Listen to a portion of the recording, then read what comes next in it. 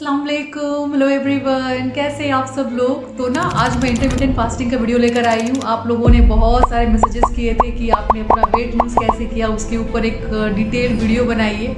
तो मुझे लगा ये वीडियो बनाना ही चाहिए और ये हाईली रिक्वेस्टेड वीडियो है। इंटरमिटेंट फास्टिंग है ना, ये कोई डाइट नहीं है, ये लाइफस्टाइल है। मतलब आपको इस लाइफस्टाइल में अडेप्ट होना पड़ेगा, क्योंकि देखिए डाइट आप कब तक कर सकते हो, 2 महीना 4 महीना, उसके बाद आप उब जाओगे। ज़िंदगी भर आप डाइटिंग नहीं कर सकते हो, पॉसिबल नहीं है। बट इंटरमिटेंट फास्टिंग आप लाइफ टाइम कर सकते हो और आराम से कर सकते हो। मैं बताऊंगी आपको आगे, क्योंकि ना मेरी तरह बहुत सारी औरतें हैं जो और वेट लूज़ करना चाह रही है और बहुत कुछ ट्राई कर चुकी है, बट कुछ फ़ायदा नहीं हो रहा है, वेट लॉस होता ही नहीं है। मैंने भी बहुत चीज़ें ट्राई की इंटरमिटेंट फास्टिंग करने से पहले वेट लूज़ करने के लिए, बट कुछ भी काम नहीं आया।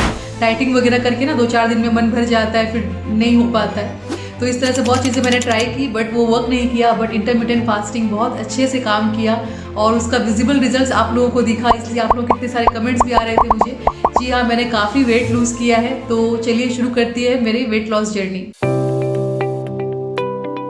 तो इंटरमिटेंट फास्टिंग करने से पहले एक चीज़ जानना बहुत ज़रूरी है कि जो चीज़ को आप अपनी बॉडी में इम्प्लीमेंट कर रहे हो वो फंक्शन कैसे करता है, उसके पीछे साइंस क्या है, उसके पीछे थ्योरी क्या है और किस तरह से ये वर्क करता है। जब आप ये कॉन्सेप्ट समझ लोगे ना, तो आपको खुद भी ये करने का भी मन करेगा, आपको क्लियरली समझ में भी आएगा कि इंटरमिटेंट फास्टिंग किस तरह से काम करता है आपकी बॉडी पे। तो देखिए, जैसे ही भी हम कुछ भी खाना खाते हैं ना, वो खाना जाके हमारे बॉडी पे, स्पेशली कार्बोहाइड्रेट जो हम खाते हैं लाइक चावल, रोटी, ये सब, तो वो ग्लूकोज बन के हमारी बॉडी में डिपॉजिट होता है। और जब हम काम करते हैं, कोई भी काम, चाहे वो चलना हो, उठना हो, बैठना हो, दौड़ना हो, उस चीज़ के लिए हमें एनर्जी की ज़रूरत होती है। एनर्जी बॉडी को कहाँ से मिलता है? उस ग्लूकोज से मिलता है, जो कार्बोहाइड्रेट कन्वर्ट करता है ग्लूकोज में, और कार्बोहाइड्रेट ही ग्लूकोज बनाता है बॉडी में।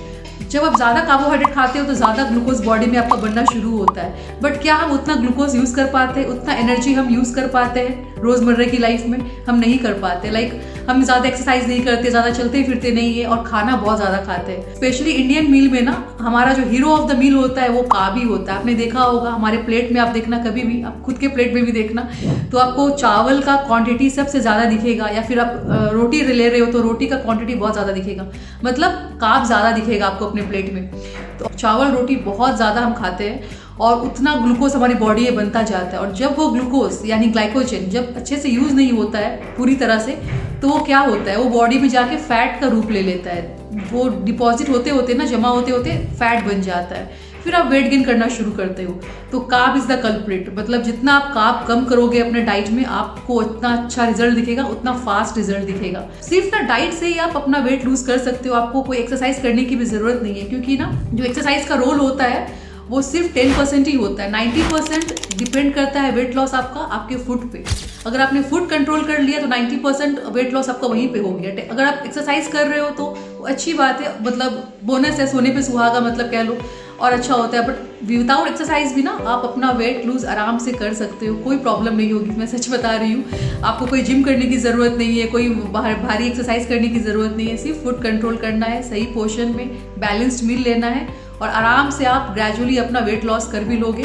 और इस लाइफस्टाइल को आपको अडेप्ट करना होगा। जैसे कि मैंने पहले कहा, ये डाइटिंग नहीं है, ये लाइफस्टाइल चेंज है। इसे आपने अडेप्ट कर लिया तो लाइफ टाइम आप कर सकते हो और लाइफ टाइम आपका वेट मेंटेन रहेगा और आपका वेट बढ़ेगा भी नहीं। अभी हाल फिलहाल मैं इंडिया गई थी ना, तो मुझे लग रहा था कि मैं अभी इंडिया में आई हूँ, तो मैं वहाँ पे ना अच्छे से नहीं कर पा रही थी इंटरमिटेंट फास्टिंग। जैसे घर पे मैं कर पाती हूँ, वैसे वहाँ पे नहीं हो रहा था। तो बट मैं पोर्शन फिर भी मैंने कंट्रोल पे रखा था, मैं कार्ब फिर भी कम ले रही थी वहाँ पे। भले मेरा टाइमिंग थोड़ा सही नहीं जब बैठ रहा था, फास्टिंग मैं 16 आवर्स का नहीं कर पा रही थी, आगे पीछे हो रहा था। बट जब मैंने आके घर पे अपना वेट चेक किया ना, तो मेरा वेट मेंटेन था, तो मुझे बहुत खुशी हुई। तो मुझे लगता है कार्ब रीज़न है जो जिस वजह से हमें हमारा वेट गेन होता है। तो इस पर आप कंट्रोल कर लोगे ना, तो आपका वेट लूज आराम से हो जाएगा। कुछ लोग कार्ब आराम से खा सकते हैं और पचा भी सकते हैं और अच्छे से यूज़ भी कर सकते हैं, वो लोग हम लोग नहीं है, हम उस कैटेगरी में नहीं आते हैं, हम और आप नहीं आते हैं।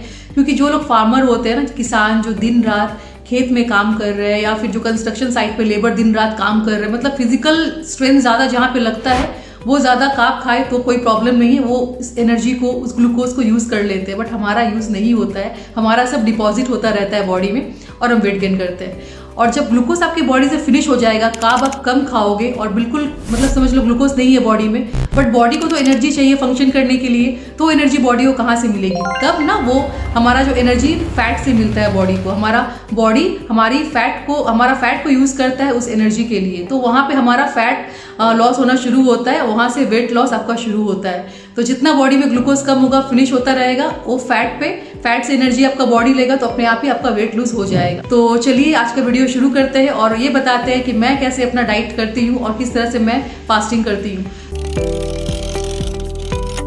तो देखिए, इंटरमिटेंट फास्टिंग 2 तरीके का होता है, 2 मेथड है इसमें। एक तो है 5:2, 5:2 मतलब 5 दिन आप नॉर्मल खाना खाओ और 2 दिन आप सिर्फ 500 कैलोरीज खाओगे। तो इस तरह का ब्रेक फास्टिंग होता है। मुझे सबसे जो इफेक्टिव लगता है वो है 16:8 जो मैं करती हूँ।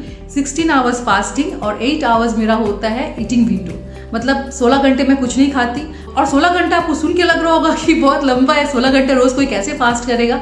तो यकीन मानिए बहुत आसान है, क्योंकि 16 घंटे में तो 8 घंटे आप सो ही जा रहे हो। मैं रात से स्टार्ट करती हूँ, बहुत लोग दिन से ही प्रीफर करते हैं, बट मुझे रात का टाइम बिल्कुल बेस्ट लगता है, क्योंकि 8 घंटा तो ऐसे निकल गए, आप 8 घंटे सोओगे और 8 घंटा सिर्फ एक्चुअल में आपको फास्टिंग करना होता है। और अगर आपको ये भी बहुत ज़्यादा लग रहा है तो आप 12 घंटे से शुरू करो, जैसे मैंने किया था। 12 घंटे से स्टार्ट करो, उसके बाद धीरे धीरे आप 16 आवर्स पे आओ। 12 घंटे मतलब जैसे आपने रात में 8 बजे खाना खा लिया, डिनर कर लिया, तो नेक्स्ट मॉर्निंग आप 8 बजे ही फिर अपना ब्रेकफास्ट खोलोगे। और जो फास्टिंग आवर्स होता है ना, लाइक आप 12 घंटे का भी कर रहे हो, तो उसमें आप पानी पी सकते हो, हर्बल टी ले सकते हो, ब्लैक कॉफी ले सकते हो, कोकोनट वाटर ले सकते हो, बट जूस, सूप, फ्रूट्स ये सब बिल्कुल नहीं खा सकते हो, क्योंकि उस वक्त आपका जब बॉडी फास्टिंग मोड में रहता है ना, तो मुझे लगता है उस टाइम उसको छेड़ना नहीं चाहिए। वो अपना काम कर रहा है बॉडी अंदर में, आपका वेट लॉस हो रहा है, तो आप क्यों छेड़ने जाओगे? क्योंकि कुछ आप खाते हो ना, कुछ किसी भी चीज़ में कैलोरीज हो, तो फिर से आपका बॉडी क्या करेगा, उसको डाइजेशन करने में लग जाएगा। वो फास्टिंग मोड से हट के डाइजेशन प्रोसेस में आ जाएगा आपका बॉडी, तो फिर उस तरह से इफेक्टिव नहीं होगा। कुछ लोग ऐसा भी सोचते हैं कि अच्छा 16 घंटे तो हमने फास्ट कर लिया, अब 8 घंटे बचे, इसमें जो मर्जी खाओ। ऐसा भी नहीं है कि आप जो मर्जी खा सकते हो। एक बैलेंस्ड मील आपको लेना है, जैसे कि मैंने कहा, कार्ब का पोर्शन कम करना है, खूब सारा वेजिटेबल्स खाओ, प्रोटीन लो, फाइबर, विटामिन, मिनरल्स, ये सब अच्छे से बैलेंस्ड होना चाहिए आपके डाइट में, तो ये वर्क करेगा और 100% वर्क करेगा। हाँ, और ऐसा भी नहीं है कि आपको कम्प्लीटली आपका मनपसंद फूड को अवॉइड करना। अगर आपको खाने का मन कर रहा है ना, आराम से आप खा सकते हो। हफ्ते में 1 दिन आपको कुछ भी खाने का मन कर रहा है, आप खा लो स्ट्रिक्टली। फिर जो बाकी का 6 दिन है उसे फॉलो करो, फिर कुछ भी नहीं होता। मैं भी खाती हूँ, ऐसा नहीं कि मैं कम्प्लीटली फ्राइड फूड अवॉइड करती हूँ या फिर जो भी मेरा मनपसंद खाना है वो मैं नहीं खाती हूँ। कैलोरी लोडेड फूड ज़्यादा खाओगे तो असर नहीं दिखेगा, बट कैलोरी डेफिशिएट करना है आपको, मतलब आपको कैलोरी अपना जितना लेते हो रेगुलर बेसिस पे उससे कम लेना है। कैलोरी बॉडीज में कम जाएगा तो आपका वेट लूज अपने आप ही आपको होता हुआ दिखेगा।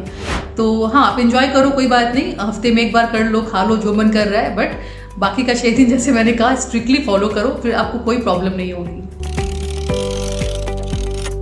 और मैं अपना इंटरमिटेंट फास्टिंग कैसे करती हूँ? मैं स्टार्ट करती हूँ रात से अर्ली डिनर से। अर्ली डिनर का बहुत सारा फायदा होता है। आपने सुना होगा बहुत सारे पॉडकास्ट में, यूट्यूब में भी डॉक्टर्स भी बोलते हैं, एक्टर एक्ट्रेस बोलते हैं कि वो अर्ली डिनर करते हैं। लेकिन क्यों करते हैं वो अर्ली डिनर? क्या फायदा होता है उससे?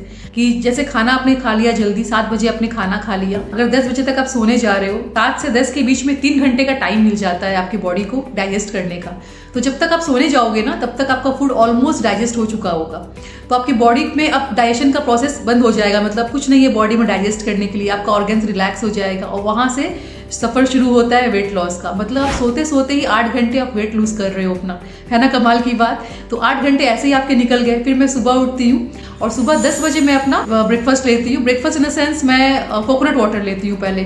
कोकोनट वाटर हो गया या गर्म पानी हो गया या फिर एशगार्ड जूस, कुछ भी आप ले सकते हो, बहुत ही फायदेमंद होता है बॉडी से टॉक्सिन निकालने के लिए। और उसके बाद ना मैं क्या करती हूँ, 1 घंटा रुक जाती हूँ, जो भी ड्रिंक मैंने लिया है उससे अपना मैं काम करने देती हूँ। फिर 11 बजे मैं नाश्ता करती हूँ। मुझे नाश्ते में स्पेशली ना साउथ इंडियन फूड बहुत पसंद है, क्योंकि स्टीम्ड होता है, लेस ऑयल होता है, जैसे इडली, डोसा, ये सब, और hummus वगैरह मुझे बहुत अच्छा लगता है अभी यहाँ पे, वो सब लेती हूँ।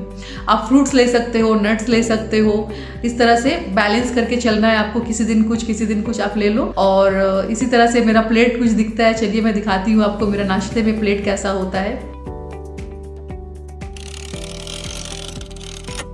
और खाने से पहले आपको 1 गिलास पानी पी लेना है। मतलब आपने खाने से पहले पानी पी लिया है ना, तो आधा पेट आपका वहीं पे भर जाएगा, आप ज़्यादा खा ही नहीं पाओगे। तो बहुत ज़रूरी है कि खाने से पहले आप 1 गिलास पानी पी लो, उसके बाद अपना खाना शुरू करो। तो हमेशा पेट टाइट करके नहीं खाना होता ना, खूब खा लेते हैं, कुछ अच्छा सब्जी बन गया तो 1 रोटी एक्स्ट्रा, थोड़ा चावल एक्स्ट्रा, तो वही सब मोटापे की जड़ होती है। मतलब पता होना चाहिए आपको कितना खाना है, भले कितना भी अच्छा खाना बनाओ, कितना भी टेस्टी बनाओ, आपको वो पोषण कंट्रोल करना है, वो आपके ऊपर बिल्कुल है। मतलब स्टार्टिंग में शायद आप कंट्रोल ना कर पाओ, बट धीरे धीरे ना जब आपको लगेगा कि वेट लूज हो रहा है मेरा, आपको वो जब रिजल्ट दिखेगा ना तो आप कर लोगे। उसके बाद लंच का टाइम, और फिर हाँ उस नाश्ते के बीच में और लंच के बीच में मुझे ज़्यादा टाइम नहीं मिलता कुछ और भी खाने का। लाइक मैं 11 बजे नाश्ता कर रही हूँ तो फिर मैं 2-2:30 बजे तक ना मैं अपना लंच कर लेती हूँ।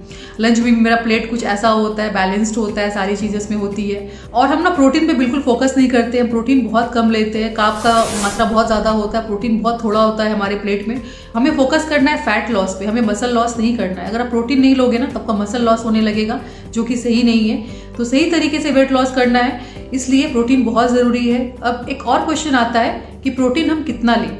अगर आपका वेट 70 kg है तो आपको 70 ग्राम प्रोटीन चाहिए, जो आप ब्रेकफास्ट, लंच और डिनर में मिलाकर आपको लेना है। 7 ग्राम प्रोटीन एक दिन में आपको लेना है। मतलब 1 kg में 1 ग्राम, अगर आप 1 kg के हिसाब से ना 1 ग्राम प्रोटीन चाहिए होता है। इस तरह से आप हिसाब कर सकते हो। तो यहाँ मेरे प्लेट में आपको दिख रहा होगा प्रोटीन ज़्यादा है, वेजिटेबल्स ज़्यादा है, सैलेड ज़्यादा है और कार्ब बहुत कम है। सब कुछ बैलेंस्ड है। हमारा मील ऐसा ही होना चाहिए। और आपको देखना है कि एक प्लेट में कितना कैलोरी बन रहा है। बहुत ज़्यादा डीप फ्राइड फूड या फिर ऑयली फूड नहीं खाना है। अगर आप कुकिंग कर रहे हो तो ऑयल थोड़ा कम यूज़ करो अपने कुकिंग में, उससे भी काफ़ी फ़र्क दिखेगा।